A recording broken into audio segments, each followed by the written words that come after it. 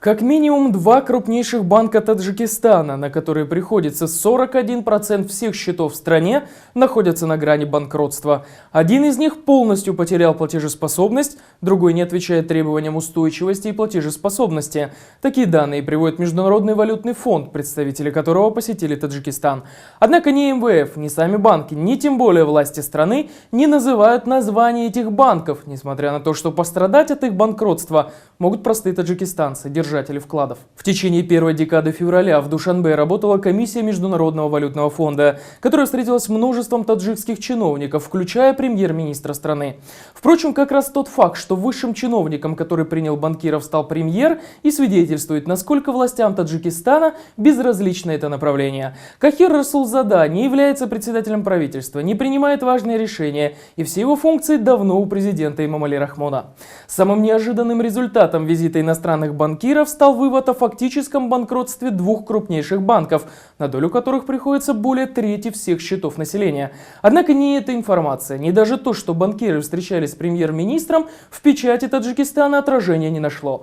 Не опубликована информация и о том, что еще в 2007 году МВФ дал правительству Таджикистана 11 рекомендаций для исправления финансового состояния. Но и спустя 8 лет из этих рекомендаций выполнены только 4, 6 лишь отчасти, а одна полностью проигнорирована. МВФ по итогам визита отметил, что экономика Таджикистана испытывает серьезные внешние потрясения. Они привели к снижению суммы денежных переводов мигрантов в долларовом выражении, доходов от экспорта и обменного курса, сократили импорт и потребление, а также повлияли на финансовое состояние банков.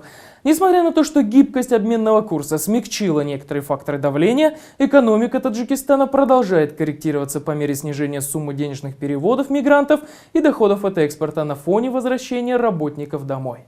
Так о каких банках может идти речь? Пора ли таджикистанцам бежать за своими депозитами и спасать кровные, или уже поздно?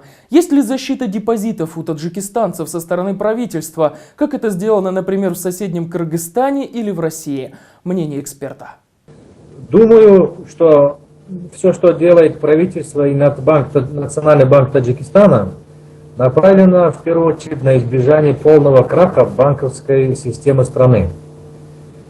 Они, естественно, до последнего не будут объявлять о банкротстве этих двух крупнейших банков, а будут искать пути выхода из ситуации за счет, скажем, государственных средств или иных привлекаемых средств. Я более чем уверен, что сейчас руководство страны, особенно Национального банка Таджикистана, активно ищут средства за рубежом. Скорее всего, даже в Китае, для спасения этих двух банков. Второе, как мы знаем, у простого населения или, скажем, не так уж много на депозитных счетах, так как традиция хранить деньги в банках у народа только за последние годы начала формироваться. Но волатильность национальной валюты за последние 2 года отбила у большинства населения хранить деньги в банках. Я думаю, что сейчас последние 2 года население хранит деньги по старинному дома под матрасом. Но с другой стороны, те деньги, которые сейчас хранятся в депозитных счетах, тоже немалая сумма для нашей экономики. И в случае каких-либо панических настроений, люди все побегут снимать эти деньги со счетов.